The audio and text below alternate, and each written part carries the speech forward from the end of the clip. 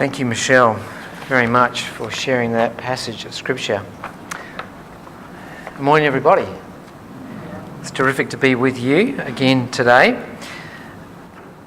Coming to the end of our series on the life of King David, and I'm almost reluctant to come to the end because I have enjoyed this journey so much with you. And I hope that you have been blessed by it as well. And as we summarise some thoughts today, I pray that you will be encouraged by that. Just grab my first slide if I can, James, if it's available. So if you were to travel to... Am I on this one? Is that lapel mic on? There we go. If you were to travel to Turkey today, it is possible that you could visit the city of Istanbul. And you'll notice that this is where Europe meets Asia. It's known as the Bosphorus Straits. And whoever controls that channel of water controls all the shipping in and out of the Black Sea. The Black Sea, of course, being almost landlocked apart from that little channel. And for those of you who have an interest in Australian history, it was here on this peninsula known as the Dardanelles that the campaign of Gallipoli took place in the First World War. Think I'm good to go? Can you hear me? Hello, hello, hello. I'll pick up one of these. Is it working now? I'll pick up one of these, James.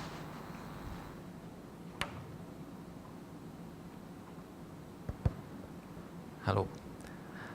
And of course it was here that the Gallipoli campaign took place because the Allied forces wanted to capture that bit of land, move up to Istanbul and control the Bosphorus Straits. And of course their aim was to release the Russian Navy to help them with all their resources in the First World War. However, if you go there today to the city, I'll just click through that if I can. This clicker's not working, so there we go. If you go to Istanbul today, that is the bridge that connects Europe with Asia. It was built by the Japanese government, I think about 25 years ago or so, as a donation to the people of Turkey. That's the city of Istanbul. And if you notice in the foreground here, there's a very large Muslim mosque. It's known as the Great Mosque or the Blue Mosque of Istanbul. And I had a chance to go there about 5 years ago. No, it's not working, so I'll have to get you to do my slides, James. And this is a photo that I took looking at the Great Mosque. And this building was built in the around the 1600s, if I remember rightly, when the Islamic faith had come to that part of the world. But if you stand where that photo is taken and you do a complete 180-degree turn and look behind you, you would see what is known as the Hagia Sophia, or place of holy wisdom. It was also known as St. Mary's Cathedral. And in the days when the Eastern Roman Empire was at its zenith, if you like, at the height of its power, this was the Byzantine Empire. You would have heard of the Byzantine Empire.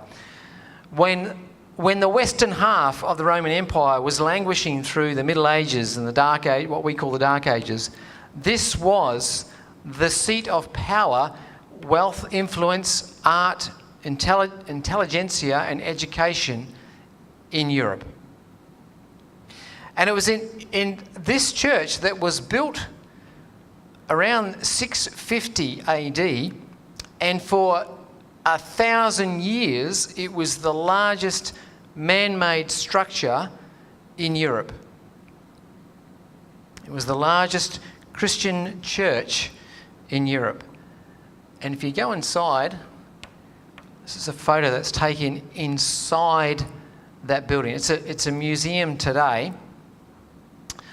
And if I can just grab my next slide.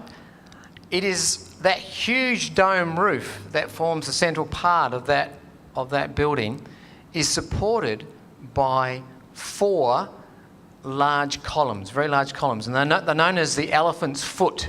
And you can see by the sheer size of them how big they are. And when you look up, that is the view of the dome roof that you get, and all the light that comes in around the top of it up there. Just a beautiful, magnificent building. And to think that this was a place of worship, of Christian worship, for nearly 1,000 years. Oh, thanks, James. Outside in the courtyard is this little scale model that shows you just how the size of that facility. And if I can grab the next slide, there it is. That's that little model just there inside that huge. And in recent years, our Muslim brothers have put their minarets around it and turned it into a mosque, and then, of course, they built their great mosque across the road from it, and it's now a museum today. You can go and visit it. When we think about the story of King David, and we left off last week with his desire to build a temple for God. That was his heart's desire. And when we looked at that story of the threshing floor of Araunah the Jebusite, where the angel of the Lord's hand was stayed, and David got a message from the prophet Gad that this is the place where the altar of the Lord will be, where the centre of temple worship would be. And something I forgot to mention to you last week was when David made an offering there that day, when he purchased the land from Araunah the Jebusite, he purchased some wood and he built an altar and he offered up some cattle as a sacrifice. That sacrifice was answered with fire from heaven. Now, there's only 2 other occasions in the Old Testament, if you bar the story of Elijah calling down fire from heaven, because that was solicited in his confrontation with the prophets of Baal. There's only 2 other occasions when fire falls from heaven and consumes a sacrifice upon an altar.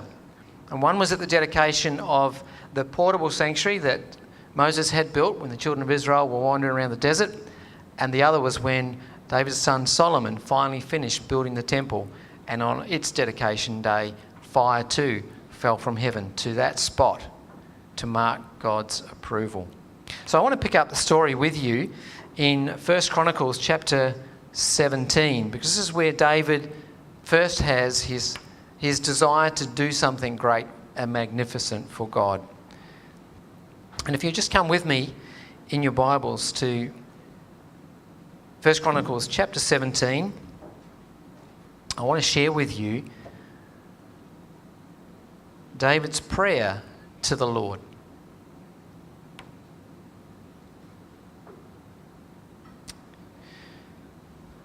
After David was settled in his palace, he said to Nathan the prophet, "Here I am, living in a palace of cedar, while the ark of the covenant of the Lord is under a tent." Nathan replied to David, "Whatever you have in mind, do it, for God is with you." But that night the word of the Lord came to Nathan, saying, "Go and tell my servant David, this is what the Lord says. You are not the one to build me a house to dwell in. Have I not dwelt in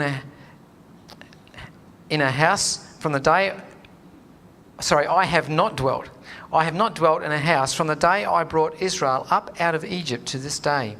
I have moved from one tent site to another, from one dwelling place to another. Wherever I have moved with all the Israelites, did I ever say to any of their leaders whom I commanded to shepherd my people, why have you not built me a house of cedar? Now then, tell my servant David, this is what the Lord Almighty says. I took you from the pasture and from following the flock to be ruler over my people Israel. I have been with you wherever you have gone, and I have cut off all of your enemies from before you. Now I will make your name like the names of the greatest men of the earth, and I will provide a place for my people Israel, and I will plant them so that they can have a home of their own and no longer be disturbed. Wicked people will not oppress them anymore as they did at the beginning and have done ever since the time I appointed leaders over my people Israel. And I will also subdue your enemies. I declare to you that the Lord will build a house for you, and when your days are over and you go to be with your fathers, I will raise up your offspring to succeed you, one of your own sons, and I will establish his kingdom. He is the one who will build a house for me, and I will establish his throne forever. I will be his father, and he will be my son. I will never take away my love from him as I took it away from your predecessor. And I will set him over the house of my kingdom, and my kingdom forever, and his throne will be established forever. And Nathan reported to David all the words of this entire revelation. And then the Chronicle writer records David's prayer, where David basically says, "Who am I, Lord, that you have spoken to me with such favour? Who am I that you've brought me this far? And if this wasn't enough, you have spoken to me about the future of the house of your servant, and you have looked on me as though I were one of the most exalted men of Israel."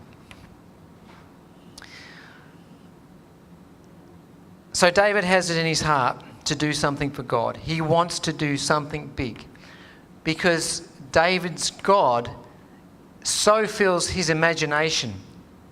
He is so big in his imagination that he wants to do something magnificent for God.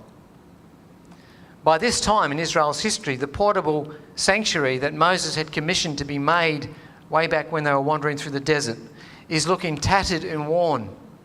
The badger skins that were its roof are fading with time. The curtains that surrounded it have become soiled and crinkled with time, and it's looking tired and weary. And at this stage, David has actually brought the ark up to Jerusalem himself. So it's not even inside the portable sanctuary that's located in the town of Gibeon. And so David wants to build a magnificent temple for God, and he has it in his heart. And David's purpose to do so, he provides of his own personal wealth towards this project. And I want to just share with you a little of what he says in chapter 22.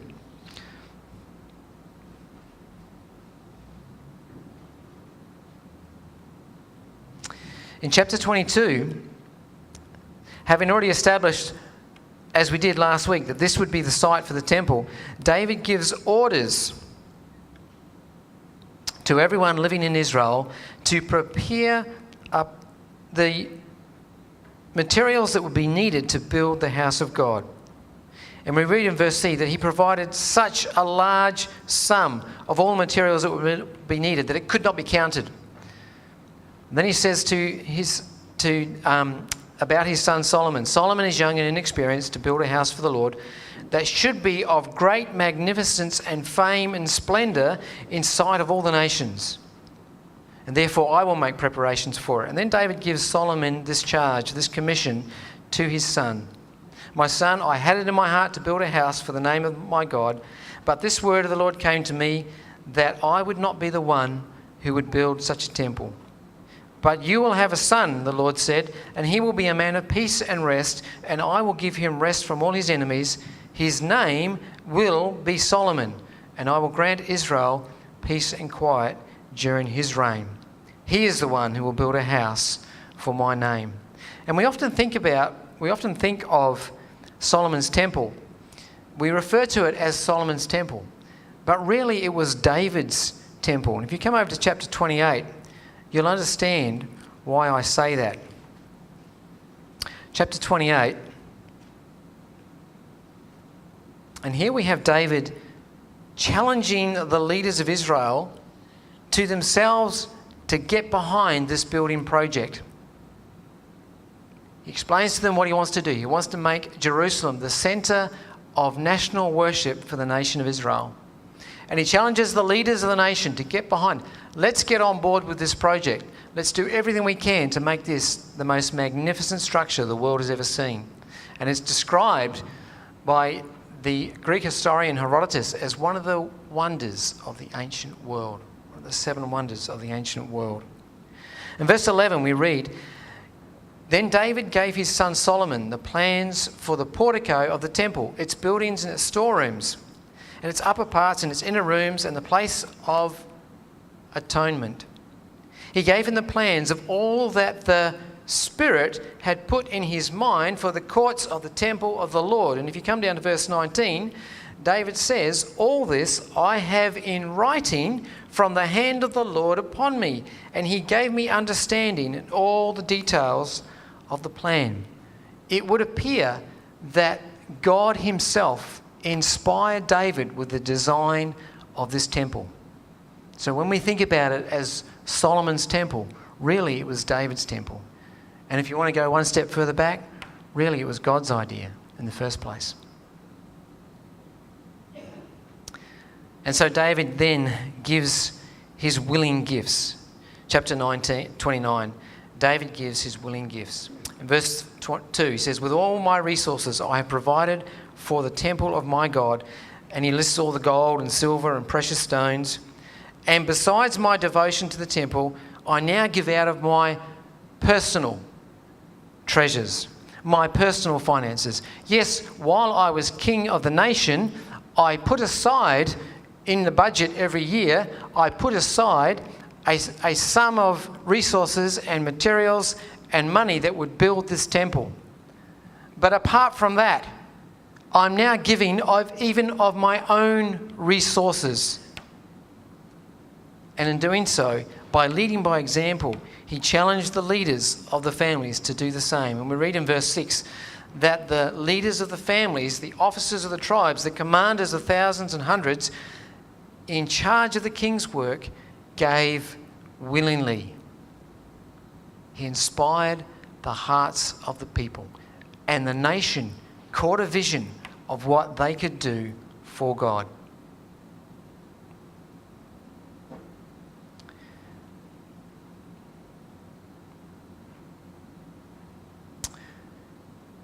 When we think about our own influence for God, we live in a time, we live here in the Christian age, we live in the tension of following the carpenter of Galilee, who never commanded or commissioned his followers to build temples.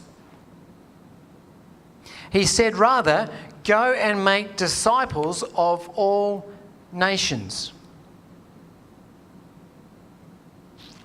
And yet we come to a place of worship each week because this facility represents something in this community.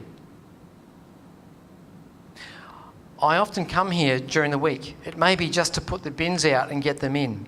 It may be to come and do an errand here in the church office. It may be to just follow up on something that I forgot to do in the Pathfinder shed. But throughout the week, I come to this building. And do you know what? It's just an empty shell of concrete. That's what it is. Concrete tilt panel walls. It's just an empty shell of a building. But on Sabbath morning, this place comes alive. Do you know why? Because it's full of people. This place comes alive because of your presence here this morning. This place becomes alive because it is a place of worship. It becomes alive because you come here week by week and you share the joys, the sorrows, the triumphs, the heartaches of your lives with one another. You put your arms around your brothers and sisters in Christ and you share your Advent hope. This place of worship is suddenly filled with people of whom the living God dwells within. And so, as I said to you, we live with this tension. God never commanded us to build such structures, and yet we come here week by week to a place of worship. And having this place of worship here in this town, we are making a statement to our community. We are saying that we follow the one who is the creator of the world. We say to our community, we are following the one whom we believe will come again. That's why our name says Seventh-day Adventist. And so this facility becomes a place where people meet, where you do life together, where you share your walk with Christ, where we conduct ministries that impact people's lives, with our children and our teenagers. And we have a fantastic facility here that we use week by week. And so the church, while having a physical presence in the community, is just a vacant shell if it's not filled with people.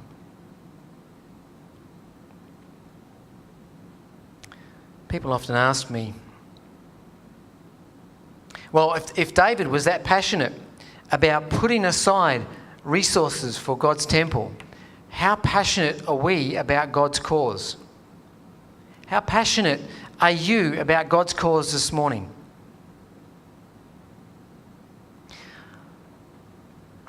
Can I just pull up my next slide, James? Thank you. And the next one after that. Thank you. This is James and Ellen White, a well-known photograph probably for many of you. They were early Advent believers. They had heard the preaching that Jesus was coming again in their lifetime. They were so excited about what they heard that they threw themselves, heart, soul, and body into everything that could be done to share this message with other people. James, I've got to have the next slide. Ellen White was given a vision by God, and God said to her, you know, the people who believe that Jesus is coming again are scattered all around the United States of America, and some even in Europe. He said, you need to publish a paper that unifies all these people together so they understand what they believe. You need to share not only with them, but they can share with their friends and neighbours what they believe about Jesus coming again. And so she told her husband James he needed to print a little paper, and it was to be called the Advent Review and Sabbath Herald. And if I could just have the next slide, James. The problem is, in those days, to print a little paper cost money. You had to, a typesetter had to lay every single one of those types into a frame that could then be rubbed with ink and then the papers run over it through the press. It was a very time-consuming, laborious task. This was before the days of rolling presses. This was before the days of word processing. It took money to produce such a paper. And James said to his wife, we don't have that sort of money. They were barely scratching it together just to survive. We don't have that sort of money. And God said to, Ellen said to her husband, God will provide the means. You go ahead and start printing the paper. God will provide the means that you need to pay for its expenses. And so James did just that. He went ahead in faith. If I can have the next slide up, James. He went ahead in faith, and they prepared their first copy of the Advent Review and Sabbath Herald. It's a magazine that we know today as the Review and Herald, and we get a copy of it once a month. It's called the Advent World. It's usually in your pigeonholes at the back. That paper was designed to bring together all the scattered Advent believers across North America, that they could understand the reason for the things that they had believed in, the experiences that they had had together. And while James didn't have the resources at the time, he went out, and Ellen White said, as you send this little paper out, subscriptions will come in, money will come in. God will inspire people to send money in so that you can print the next edition. And while that was happening, James had to pay for the first edition. And so he went to do some contract mowing. Now, the contract that he took on involved cutting the grass between the railway lines near their home. And he didn't have the advantage of a whippersnipper to do it with. He did it with a scythe, one of those big long-handled things. He cut the grass between the railway lines, and I forget how the measly amount he earned per day doing that. It was like, look, don't quote me, but it was less than $1 a day. Cutting grass by hand. He went home with blisters on his hand for the cause of God, because he was so passionate about sharing the good news that Jesus was coming again with his neighbours and friends. And when I think about that, I think about my own life. When was the last time I got blisters on my hands for the cause of God? And so the challenge is there for every one of us this morning. How passionate are we about our Advent faith? How much do we want to share with other people the good news that we know of Jesus coming again? And Lord knows we live in a world that needs him to come. We live in a broken and fallen world. But what are we doing to pull together to make this a place of worship, a place of ministry, a place where lives are touched for his kingdom? And people often say to me, oh, we don't hear any sermons about tithes and stewardship these days. And I want to suggest to you that if I could do that, but you might, yes, get inspired for a Sabbath or two, or a month or two at the most, but our interest would wane over time. But if I asked you, are you passionate about your relationship with Jesus? Are you passionate about your Advent hope? Then guess what? Your wallet will follow your heart. If your heart is so encaptured as King David's was, if your heart is so captured with the love that he had for such a magnificent God, and David just lived his whole life in awe and wonder of this God. He lived life so large that nothing was too trivial for him to do. Nothing was too small for him to do. He undertook the greatest enterprises that he could possibly do for God. He lived with passion because his imagination was captured by the King of the universe. And I wonder today, where is our passion for God's cause? Is your imagination captured today by your Advent hope? Do you still live with the dream that Jesus is coming again and he wants to do something amazing in your church? The 19th century American preacher Dwight Moody, D.L. Moody, once had a conversation with a man, and the man challenged him by saying, "The world is yet to see what God can do with a man who is totally committed to God."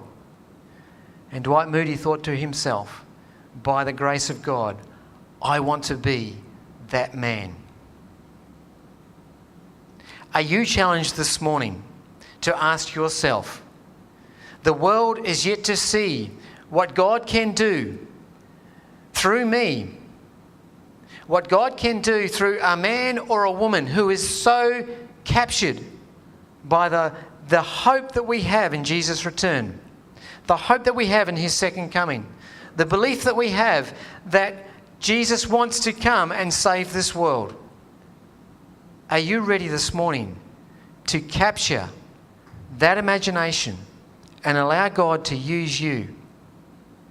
Because the world is yet to see what God can do through a man or woman who is totally committed to him.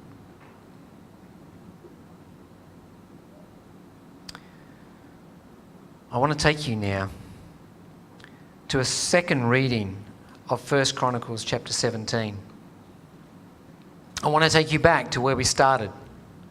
If I can have my next slide, James. Should I go those? Yeah, I should. So the early Advent believers, they had a passion to do something for God.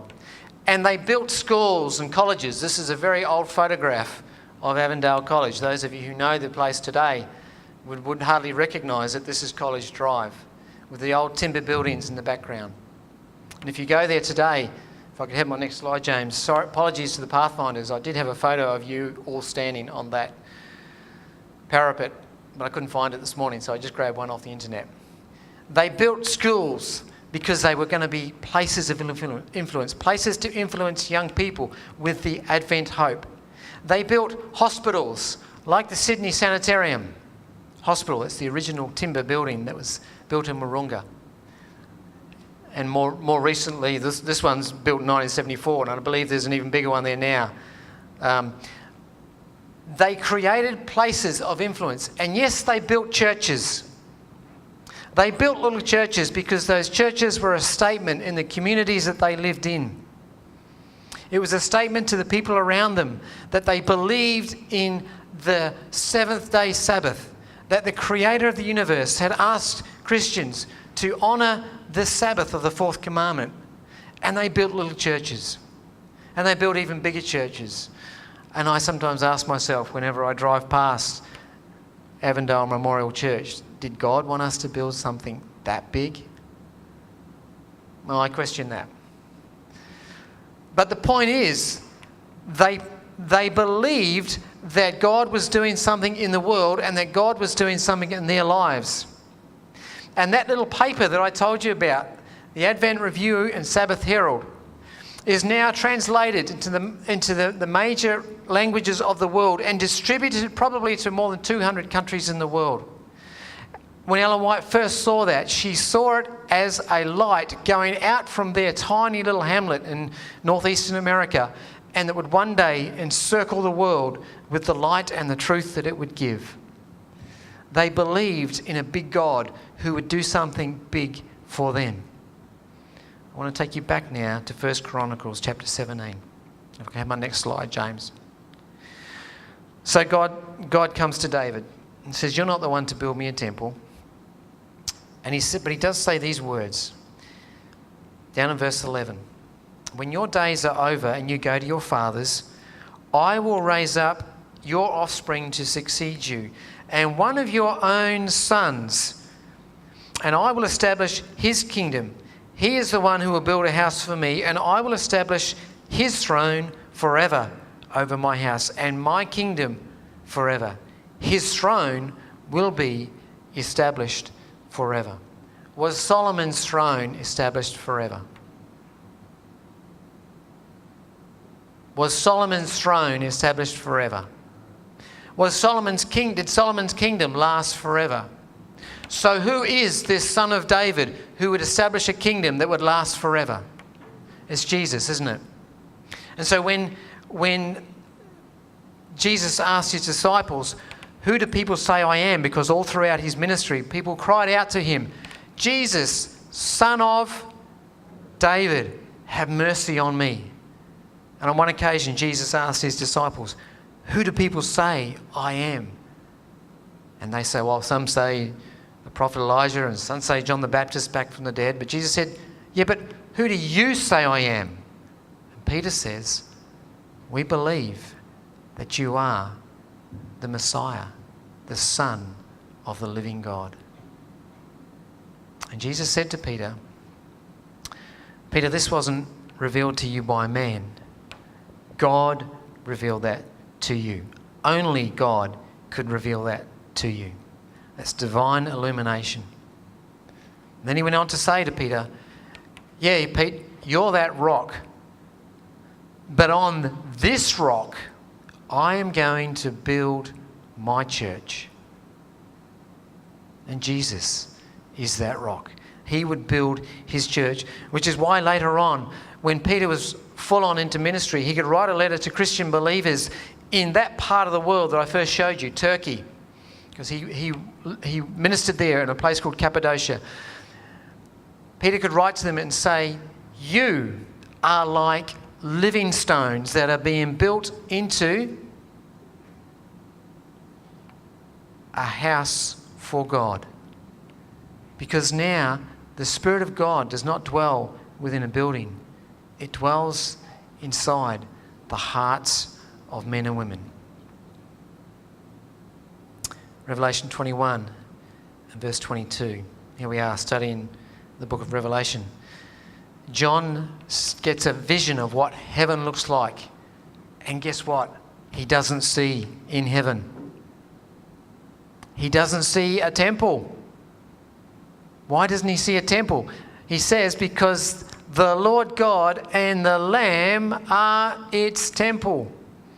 And God's people are dwelling there in the light of the glory of God.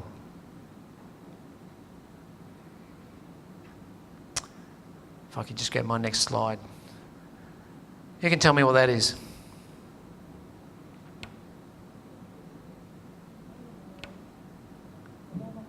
It's the Australian War Memorial.